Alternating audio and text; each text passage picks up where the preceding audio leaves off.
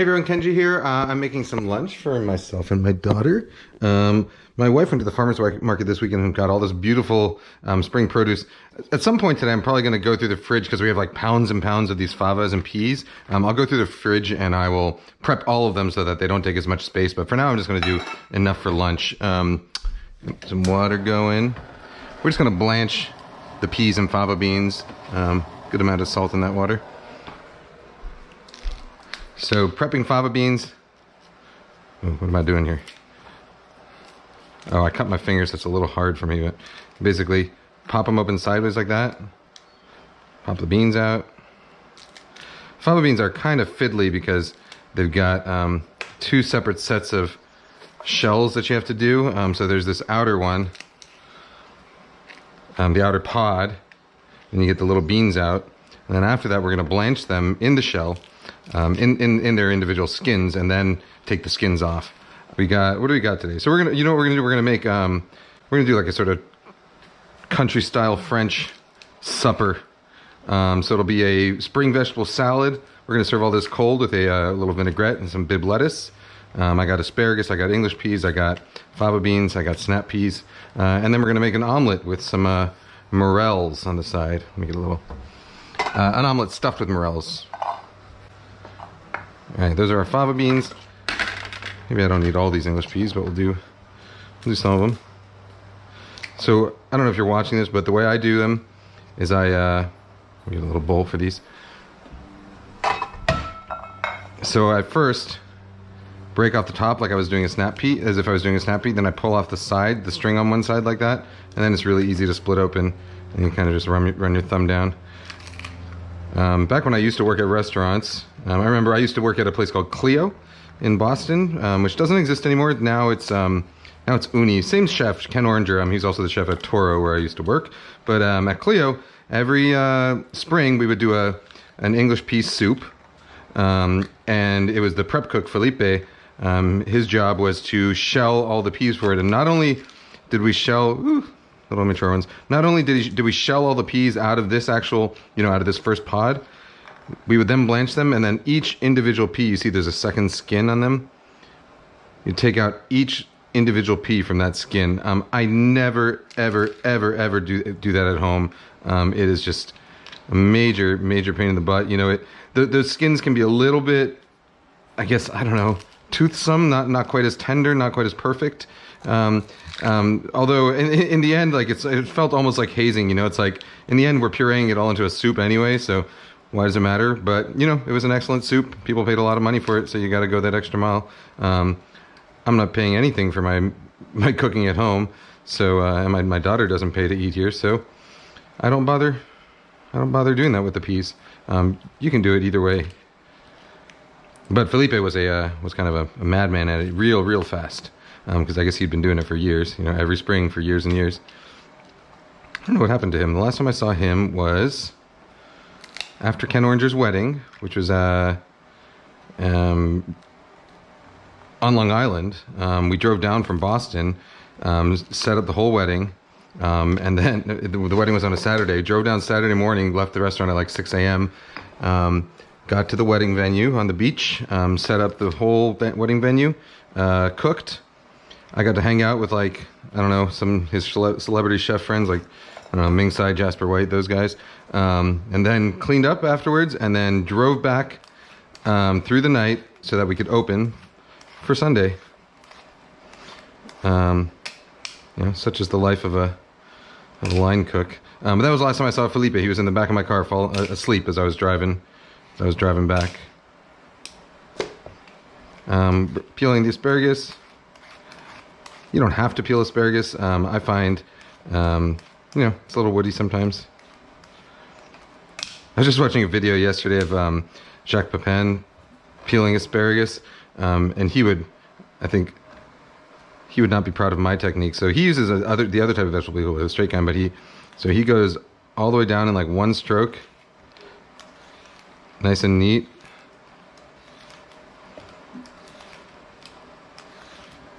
Obviously much faster than that, but I'm just kind of showing you. And then he leaves it all like a little flower at the base like this. And then you can just snap it off and you got your clean asparagus. Oh wait, we got our simmering water. So fava beans are going to go in first. A little thing. So they're going to go for just like a minute. Some nice bib lettuce. It's starting to turn a little bit, but it's still going to be just fine for what we're doing. Maybe not that guy. Maybe not that guy. All right, these nice inner leaves are perfect. Beautiful.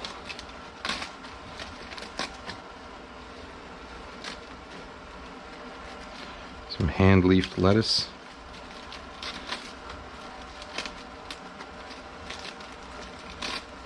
All right, that's good enough for now. People ask, this is compost, by the way. Where I live in San Mateo, the Bay Area, the city collects the compost, so I don't compost myself outside. We just dump it into a bin with our yard trimmings, and they actually allow you to put a whole bunch of things in the compost, I guess, because I guess industrial composting is better than backyard composting. So you can put meat scraps. Oh, you can put paper towels. I'm flexing a bit on these knives because there's a knife sharpening and a knife shop a couple blocks away from me called The Perfect Edge, and for the last few weeks they've been having these massive sales on knives, and I've been biking past them a couple times a week and just kind of eyeing these knives, and I finally just broke down and got a bunch. So these knives, all the Japanese knives, are 50% off, and this refurbished Wusthof, 8-inch Wusthof, I'll probably give this to one of my cooks. You know, excellent knife. It's refurbished, so it has a great edge on it. $20, insane. Those knives are normally like over $100. All right, so we got our fava beans. We will fish them out. So just, you know, minute, between 1 and 2 minutes on those. Next we will do our peas.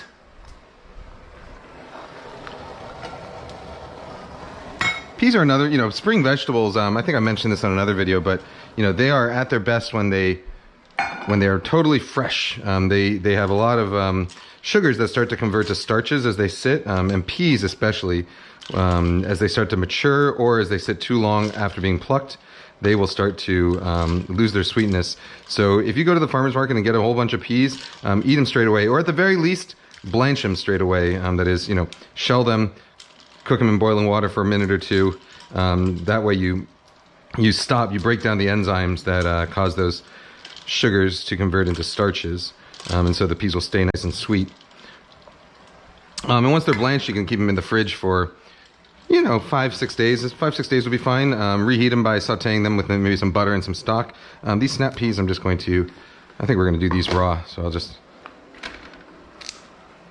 Meanwhile, I'm going to give this asparagus a little slice cut on the bias. This asparagus will actually take less time to cook than the peas, and I'm just going to throw them right in that same water. So the peas have been in there for about a minute. I'll throw these in. They'll go for about another minute, and then we'll pull it all out together. Almost done with these. Okay, let's go fish out our peas and asparagus, peas and speary grass.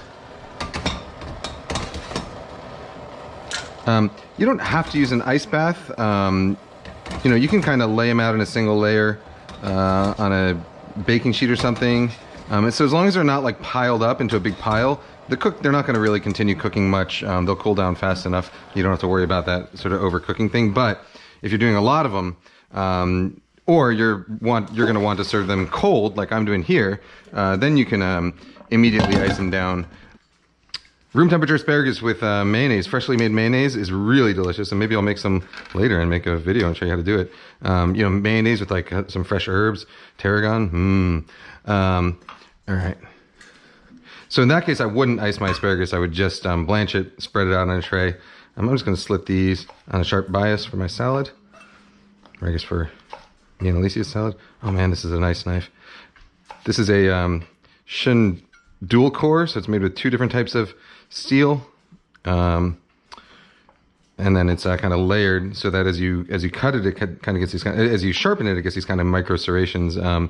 And you know, one of the layers of steel is very strong, and the other one's more one of them has rigidity and the other one has tensile strength.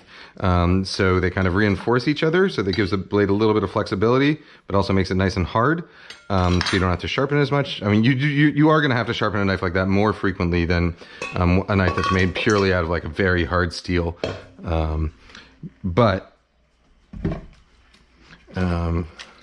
Well, there's no real but. I got it because I like collecting knives. Not for any other reason than that, really.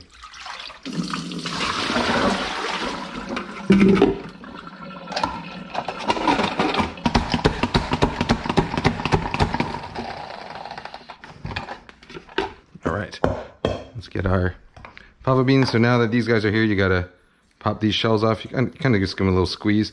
This is similar to like how I would deshell a shrimp.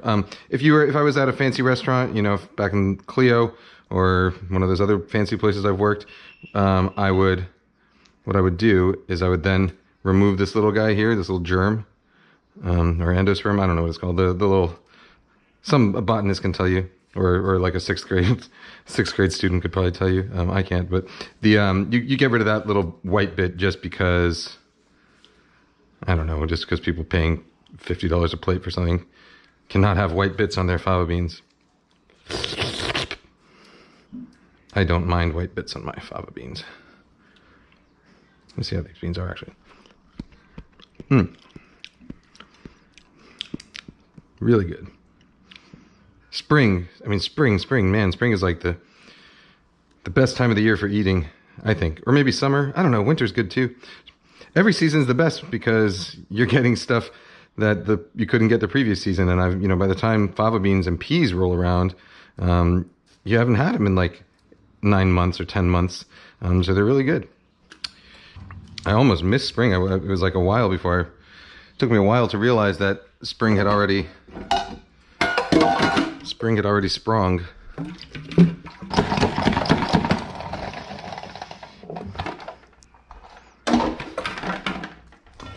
All right, there's our salad.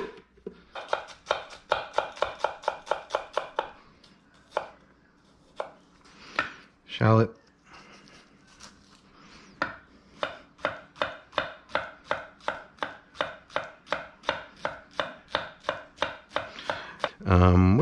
There we go. For my vinaigrette, smash that garlic out there. We're gonna just make a vinaigrette inside this little mortar. All right, so I got some salt, some garlic. I'm gonna mainly just pound up that garlic so that we don't have big chunks of garlic in our vinaigrette. I don't really care about, it doesn't matter if some of the shallots get in there, but we don't need to worry too much about pounding the shallots. Next we're gonna squeeze some lemon.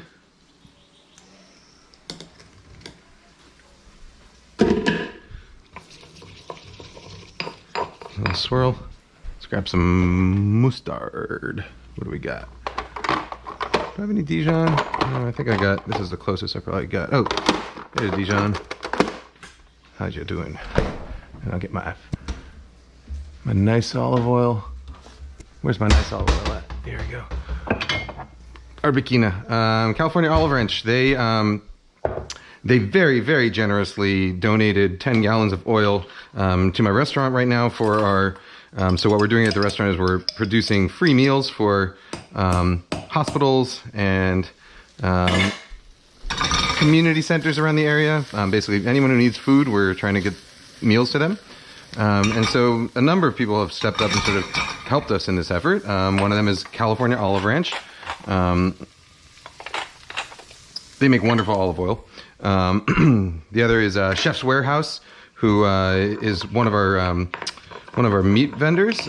They donated like hundreds and hundreds of pounds of steaks, chicken, lamb, bison, venison, like turkey, all kinds of stuff for us to cook and send to those healthcare workers. So I don't really do I don't really do sponsored things or paid promotions or anything like that on this channel, but I have no problem plugging companies like these that are helping us do good. So California Olive Ranch, if you see it, their olive oil is excellent, and they are very swell people. Mortar and pestle is one of the easiest ways to make a salad dressing. You don't have to worry about like the whole thing with the vinaigrette, like drizzling the oil in slowly and Keeping your board stable. You see how easily things emulsify in a mortar and pestle? Give it a little taste. I'm gonna grab back that. Or do I have another here?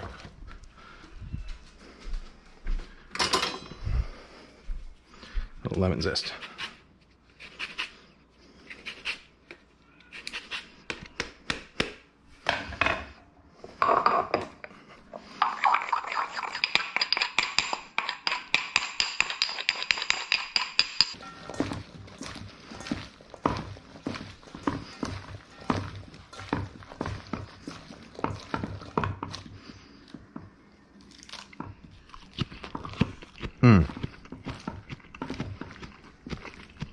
Nothing like a good, freshly dressed bit of bib lettuce.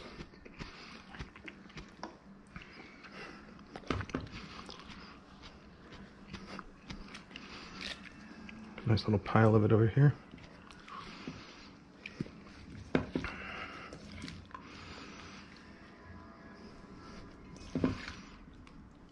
Serve the rest on the side.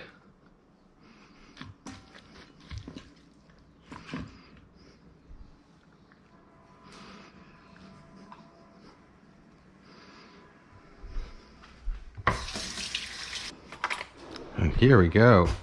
That is a good looking lunch. What say you?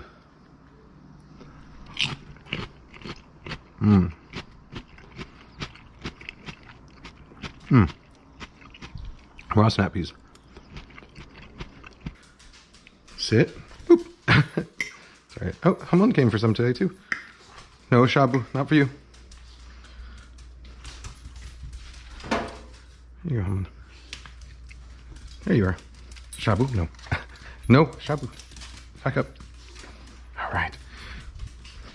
All right. Now I'll see you guys later. Elisa, you ready for lunch?